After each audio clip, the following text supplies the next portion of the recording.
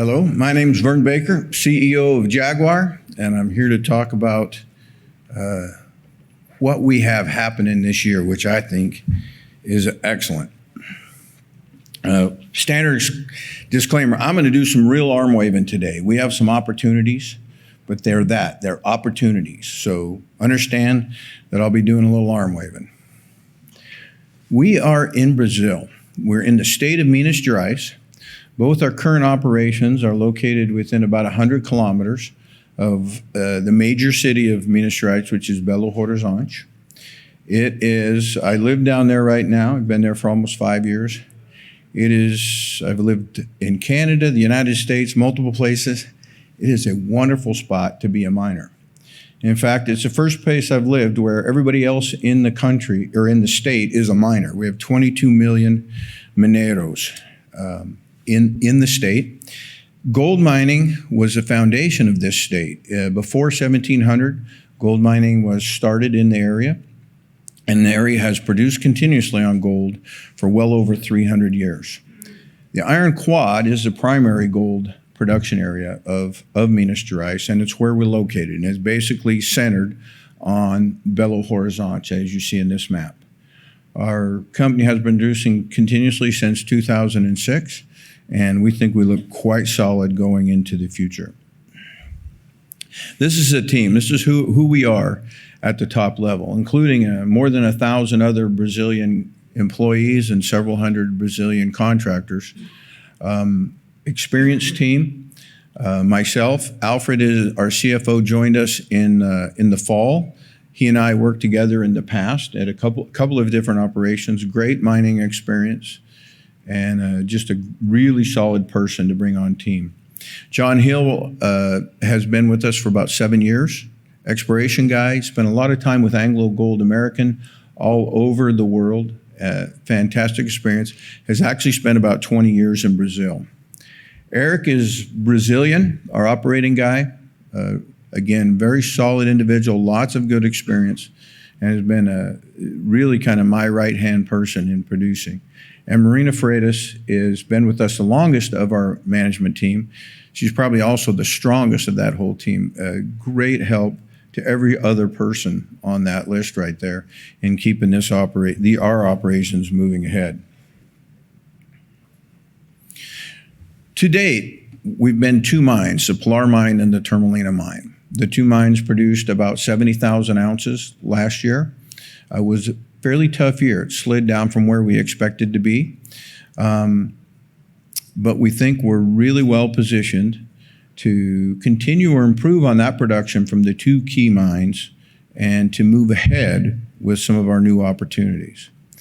If we look at what those opportunities we're going to talk about today are, beyond the 2 mines, we have what we call the BA Torre at Pilar, which is going to give us a chance to almost remake the mine that we have there, we believe.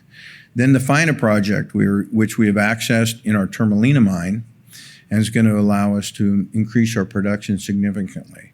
And then on our Lightham site, we picked up a property from IM Gold that has about 440,000 ounces in indicated and 380,000 ounces in inferred resources that we're in the process of permitting, and we expect to be coming into production, into development, let's call, within a couple years, and in production fairly quickly after that.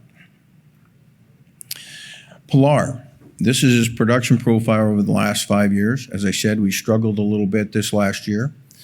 And that included that our ore body slimmed down on us, which hurt us in a couple different ways, but it certainly squeezed us on grades as you mine a narrower ore body, and squeezed us on tons as you get less tons per meter. However, we look like we're past that area of the mine, and some great things are going to happen there. In fact, this is where we probably have our best opportunity. This is a cross-section of the overall mine, a general cross-section, and we got 3 new hits about 1.5 years ago that got me excited. And if you look at that, 10 meters at plus 20 grams, 10 meters at 7 grams, and 25 meters at 7 grams, our average ore that we mined last year was about 3.5 grams. So what we're seeing is a area that really has potential, and it was about 4 meters wide, 4 to 5 meters wide. So what we have here is an opportunity to remake the mine when we saw these holes. As you can see from this, if you look at the upper part of that cross section, there's both a red area and a green area. The green area is part of what we call the BF formations, which is what we're currently mining mostly in. And the red was the BA area at the top of the mine. It was a major contributor to the production when the mine started, but it kind of slimmed down. Very common with these ore bodies to pinch and swell a bit. And by level 6 and 7, we really didn't find a lot there. We still have some resources in the area, but they're not super exciting. Then we got some holes deeper that said, whoa, maybe we've got something here and we have a lot of room. So what have we done? Well, we went to work. We've driven a drift across on what we call level 15-2. You can see that coming across the structure in the middle of the page, and we kept drilling. The red dots on this page represent intercepts in what we call the BA structure, and the green dots are in the Tohei structure. They're actually parallel structures near each other, but the real jewel looks like it's the BA structure. That's where we've seen a real potential and what we've gone and accessed. Generally, everything we've drilled in this area, this cross these structures, has had mineable grades on it. And generally, mineable grades better than what we've seen in our current mining areas. So we went over there. We accessed this from the left on this picture. You can see our access coming in, and we hit the ore about 50 meters before we got to the diamond drill hole we were targeting. And we started cutting it out. We've currently cut out about 130 meters along strike with an average width of more than 5 meters across the width of the ore structure, and with grades up at around 9 grams, if you look at these in a total average. So significantly better. If you take that width times that grade, you're up well over 40.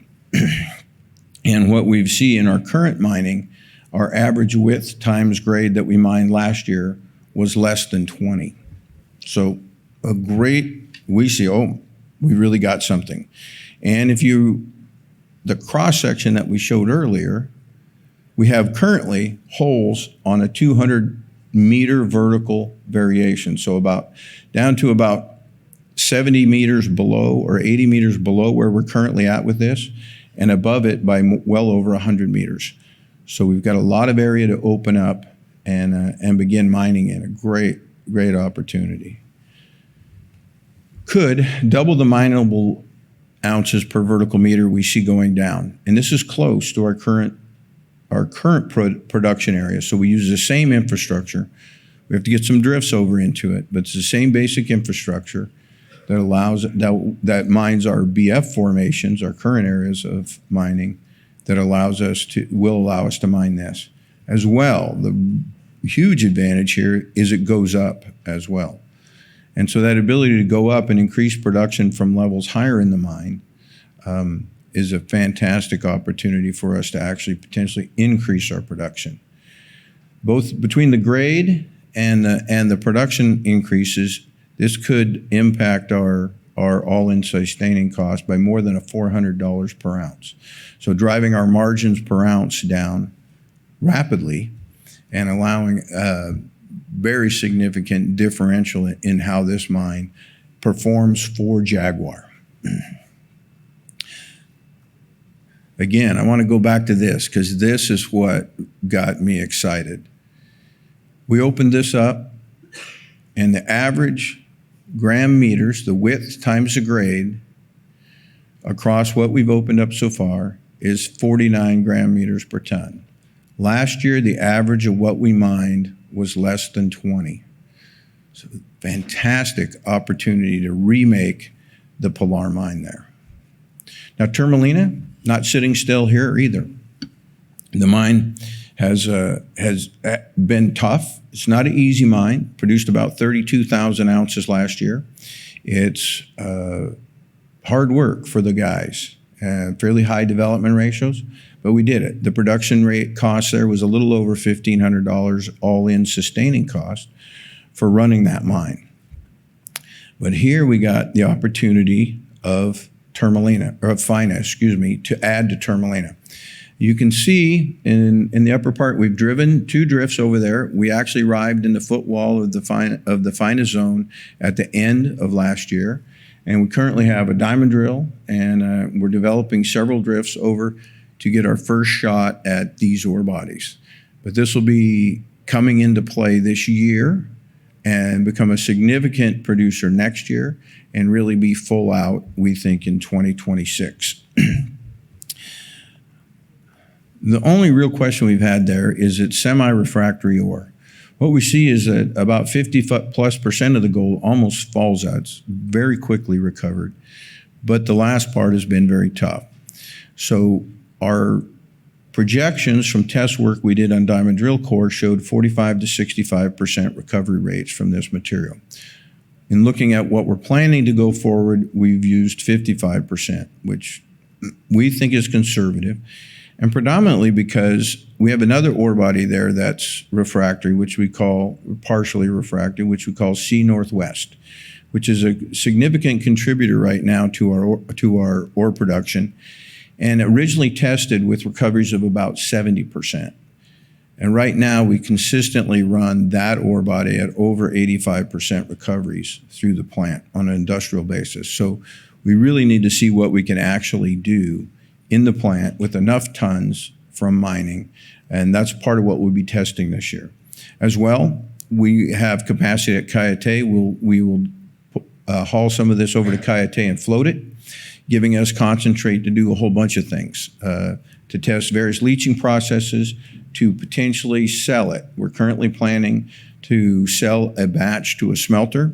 We have a smelter that has given us some terms that look positive, and to look at other potential clients for purchasing this, preferably epox plants or roaster plants that are already dealing with gold.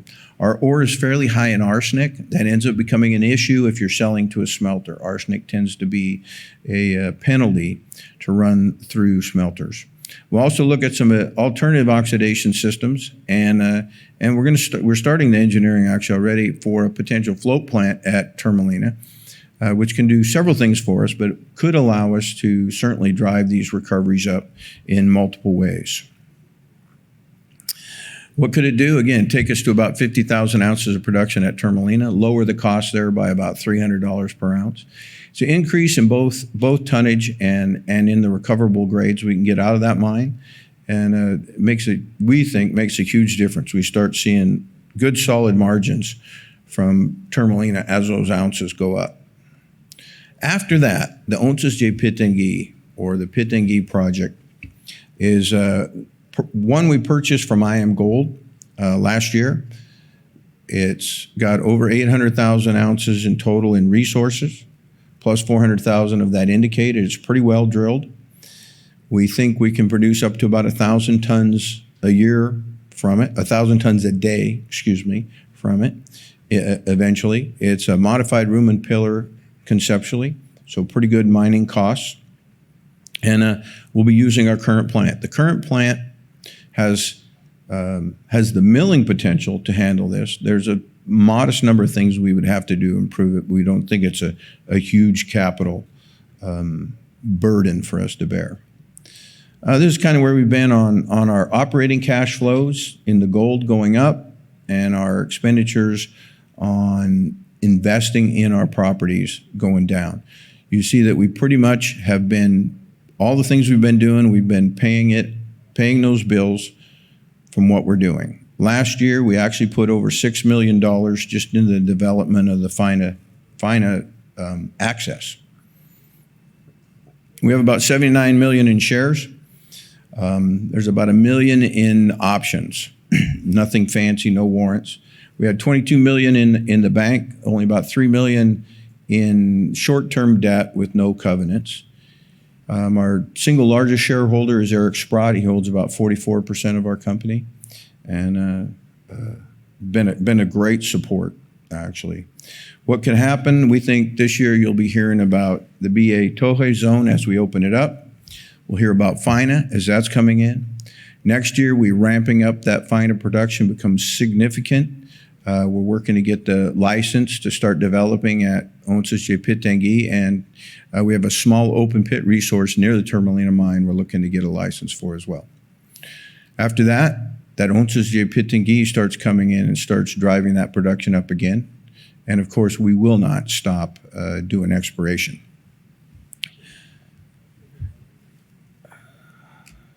Just a quick kind of where we're at versus peers. Valued on a cash flow per share basis. And we think we're going to make some real changes in what our cash flow does. We're pretty low right now compared to most of that junior market. All right, are there any questions?